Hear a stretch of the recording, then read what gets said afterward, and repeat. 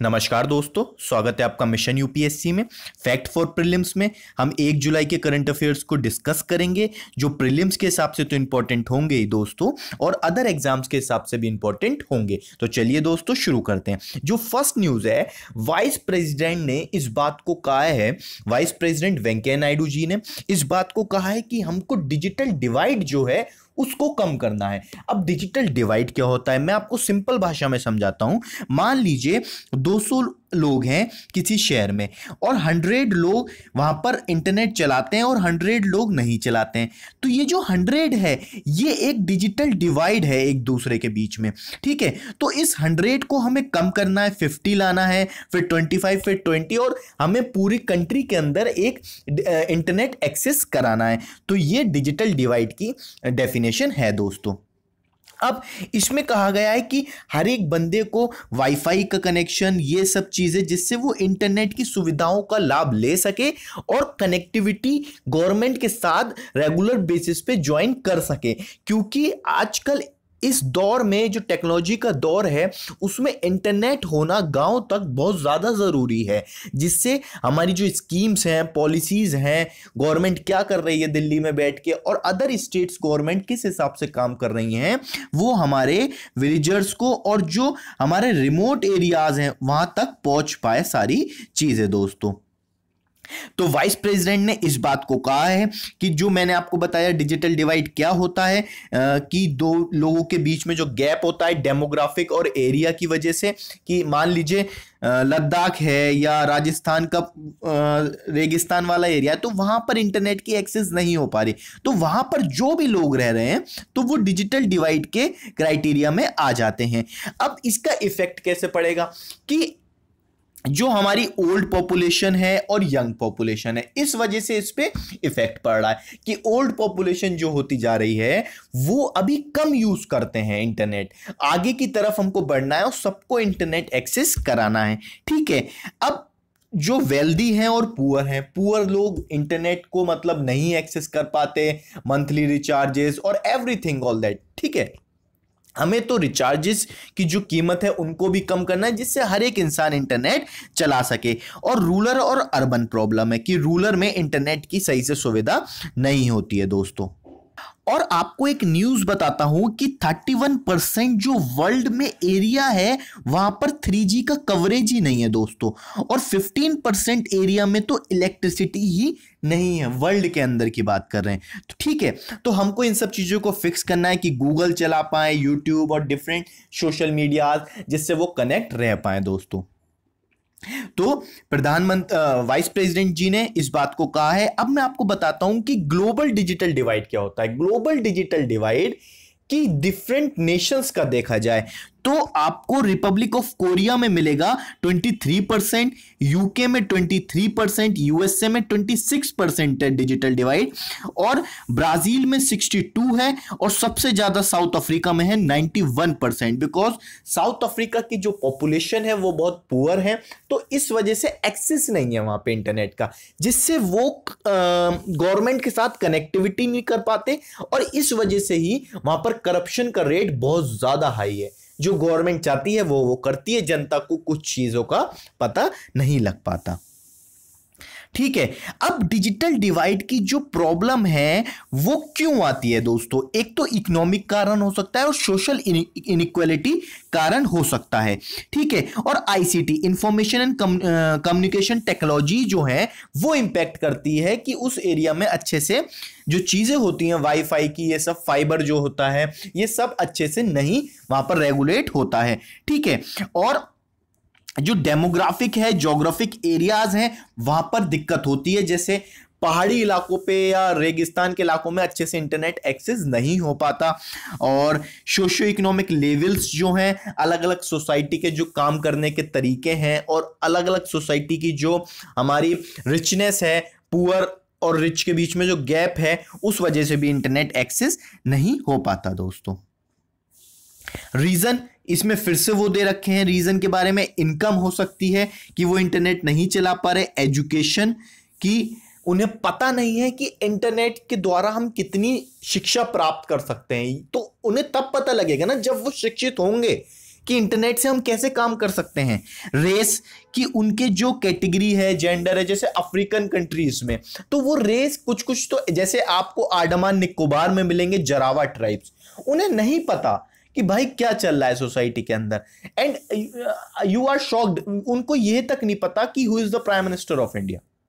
ये समझिए आप, जरावा ट्राइब और ये जब जो ट्राइब्स हैं सारे सेंटिलीज ट्राइब जो हैं बहुत बैकवर्ड हैं, तो हमको उनको साथ में लेके चलना पड़ेगा।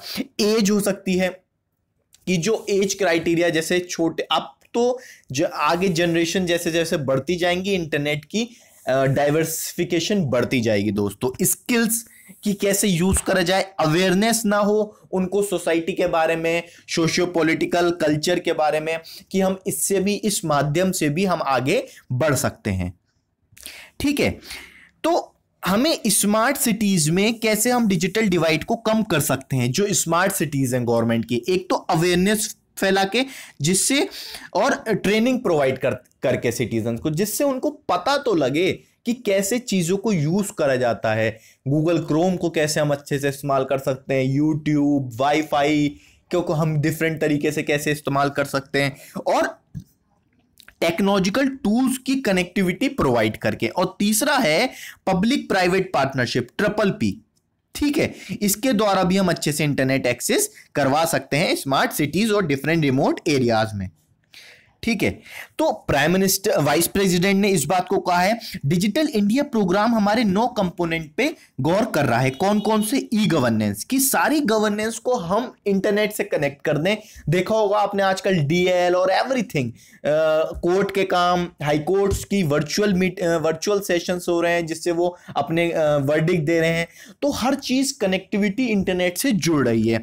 सेकंड, इलेक्ट्रॉनिक मैन्युफैक्चरिंग की हमको ज्यादा से ज्यादा अच्छा उत्पादन करना है, जिससे बाहरी देशों से जो हम एक्सपोर्ट करते हैं मोबाइल और एसेसरीज, उसका वो कम करे और हमारा फिस्कल डेफिसिट ठीक हो। और IT फॉर जॉब्स तीसरा कंपोनेंट है कि इंफॉर्मेशन टेक्नोलॉजी के क्षेत्र में जॉब्स को हम आगे की तरफ बढ़ाएं। फोर्थ है इंफॉर्मेशन फॉर ऑल, कि सबको गवर्नमेंट की चीजें और डेली न्यूज़ जा सकें, जिससे जो पब्लिक है, जो लोग हैं रिमोट एरियाज में, वो शिक्षित हो सके। अर्ली हार्वेस्ट, जो फार्मर्स हैं हमारे, उनको भी डिजिटलाइज करा जा रहा है धीरे धीरे, कि फार्मर्स को जानकारी मिले कि हमें कैसे हार्वेस्टिंग करनी है, कैसे चीजों को आगे बढ़ाना है। पब्लिक इंटरनेट एक्सेस, हमें पूरे एरिया में, पूरे देश में पब्लिक इंटरनेट को प्रोवाइड कराना है। यूनिवर्सल मोबाइल एक्सेस, की सबके पास मोबाइल हो सके, और ब्रॉडबैंड हाईवे की अच्छे से वाईफाई की कनेक्टिविटी और जो नेटवर्क कनेक्टिविटी है वो अच्छे से हो पाए दोस्तों। तो इन्हीं सब बातों में यह बात कही गई है कि प्रधानमंत्री ग्रामीण डिजिटल साक्षरता अभियान भी चल रहा है, जिसे हम PMG दिशा कहते हैं दोस्तों। इसमें 6 करोड़ हाउस होल्ड को डिजिटली लिटरेट करा जा रहा है 2019 से, और ये प्रोजेक्ट है तकरीबन 2350 करोड़ का दोस्तों। और PMG दिशा जो है उसमें डिजिटल लिटरेसी प्रोग्राम वर्ल्ड का सबसे लार्जेस्ट प्रोग्राम है ये, और ट्रेनिंग दी जा रही है 25 लाख लोगों को दोस्तों। 25 लाख लोगों को 2016-17 में दी गई, 275 लाख को 2017-18 में, 300 लाख को 18-19 में, और 25 लाख ग्राम पंचायत ने रजिस्टर करा है, जिसमें पर 200 से 300 कैंडिडेट हैं पर ग्राम पंचायत में। तो डिजिटल लिटरेसी का हम आगे की तरफ बढ़ रहे हैं और अच्छे से चीजों को बता रहे हैं। तो इसके अंदर क्या करते हैं, एक तो डिजिटल एक्सेस डिवाइस को कैसे चलाते हैं वो बताते हैं, ईमेल्स को कैसे सेंड करते हैं और रिसीव करते हैं, इंटरनेट को कैसे यूज करते हैं दोस्तों, और इसमें गवर्नमेंट की सर्विसेज और सर्च इंजन जो होते हैं उनको हम कैसे यूज करते हैं। तो इन सब बातों पर ध्यान दिया जाता है। नेक्स्ट न्यूज है advance virological lab for testing कोविड-19। एक लैब को, जो वायरोलॉजिकल लैब है, उसको एडवांस फीचर्स में करा गया है, उद्घाटन हुआ है उसका कोविड-19 की टेस्टिंग के लिए। तो इसका कंटेस्ट पढ़ते हैं। Ministry of science and technology ने डेवलप किया है नेशनल बोटेनिकल रिसर्च इंस्टीट्यूट में लखनऊ के अंदर, और इसको डेवलप करा गया है आईसीएमआर की गाइडलाइंस से, वर्ल्ड हेल्थ ऑर्गेनाइजेशन की गाइडलाइंस से और ministry of family and health affairs की गाइडलाइंस से।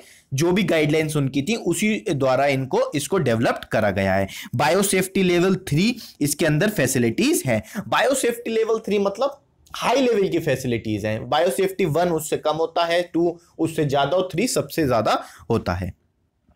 नेशनल बोटेनिकल रिसर्च इंस्टीट्यूट जो है ये कॉन्स्टिट्यूएंट रिसर्च इंस्टीट्यूट है हमारी सीएसआईआर का दोस्तों, और ये सीएसआईआर ने लिया था 1953 में अपने अंतर्गत। ठीक है, तो इसका ऑब्जेक्टिव सिंपल होता है नेशनल इंस्टीट्यूट ऑफ आपका बोटेनिकल रिसर्च इंस्टीट्यूट का, कि जो प्लांट डाइवर्सिटी है, प्लांट में जितनी टेक्नोलॉजी आगे आ रही है, रिसर्च हो रही है, उनको हम अच्छे से पता लगा पाए और उस फील्ड में काम कर पाए, और जो रेयर एंडेंजर्ड और थ्रेटन स्पेसीज हैं आईयूसीएन की लिस्ट के हिसाब से, उनको भी हम अच्छे से कवर अप कर पाए। ठीक है, एक्सपर्टाइज हो कि गार्डन लेआउट अच्छे से हम लैंडस्केपिंग कर सकें और अपनी डिस्ट्रिक्ट्स को, सिटीज को कैसे डेवलप कर सकते हैं प्लांटिंग के थ्रू, तो ग्रीनरी के थ्रू उसको भी ये बताते हैं। साइंटिफिक नॉलेज पे काम करते हैं, पब्लिकेशन, ट्रेनिंग, कैपेसिटी बिल्डिंग, और अच्छे से गवर्नमेंट के सामने, सीएसआईआर के सामने अपनी बातों को रखते हैं कि हमें इस फील्ड में ऐसे प्लांट के क्षेत्र में हमें ऐसे कार्य करना है। Waste to energy plant in Delhi. Delhi में जो वेस्ट होता है दोस्तों, जो वेस्ट प्रोडक्ट्स और different types of plastics and everything all, उसको हम अब एनर्जी में कन्वर्ट करेंगे। क्यों? हमें अपने पेट्रोल के जो आयात है, हम पेट्रोल को जो लेते हैं, इंपोर्ट करते हैं, उसको हमें कम करना है। तो कैसे काम होगा, चलिए देखते हैं। जो एमओयू साइन हुआ है, memorandum of understanding, Indian oil, NTPC, national thermal power corporation, SDMC, south Delhi municipal corporation, इसका मतलब है वेस्ट टू एनर्जी प्लांट लगेगा दिल्ली में, और ये ओखला जो लैंडफिल साइट है उसको वेस्ट टू एनर्जी में कन्वर्ट करेगा और गैसिफिकेशन टेक्नोलॉजी को यूज करेगा।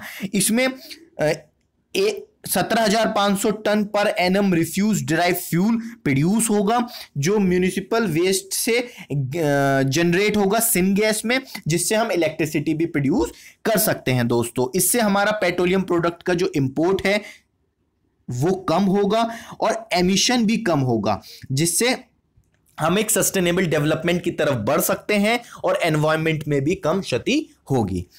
तो ये ऐसे कार्य करेगा, वेस्ट कलेक्शन होगा, फिर ट्रक के द्वारा डिलीवरी होगी और वेस्ट प्रोसेसिंग होगा, फिर एनर्जी बनेगी और फिर एनर्जी से फ्यूल बनेगा दोस्तों। हम इससे फ्यूल भी बना सकते हैं और एनर्जी भी उत्पादन कर सकते हैं। ठीक है, नेक्स्ट न्यूज है प्रधानमंत्री गरीब कल्याण अन्न योजना एक्सटेंशन।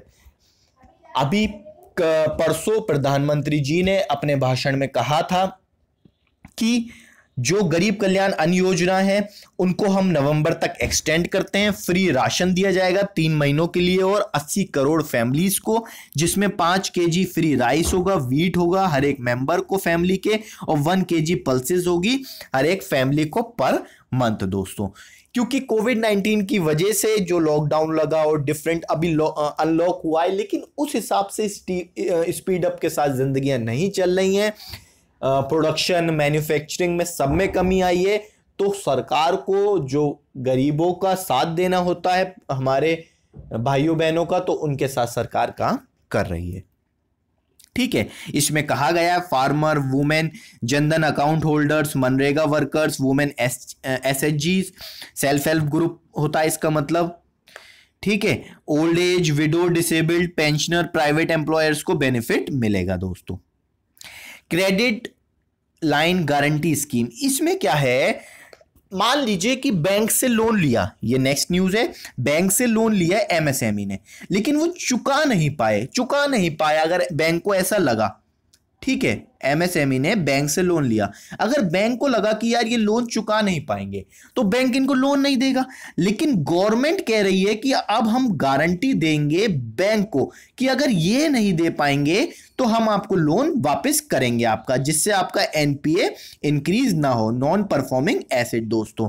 तो मिनिस्ट्री ऑफ फाइनेंस ने इस बात को कहा है कि 100%, ध्यान से सुनिएगा, 100% emergency credit link guarantee scheme को हम लॉन्च कर रहे हैं, जो गवर्नमेंट गारंटी होगी कि जो bank public and private sector के जो बैंक हैं उनको जो सेंक्शन करते हैं 1 करोड़ से ऊपर, मान लीजिए किसी एमएसएमई ने 1 करोड़ से ऊपर रुपए लिए और बैंक को ऐसा लगा कि ये नहीं रिफंड कर पाएंगे, तो बैंक गारंटी ले लेगा गवर्नमेंट से, ठीक है।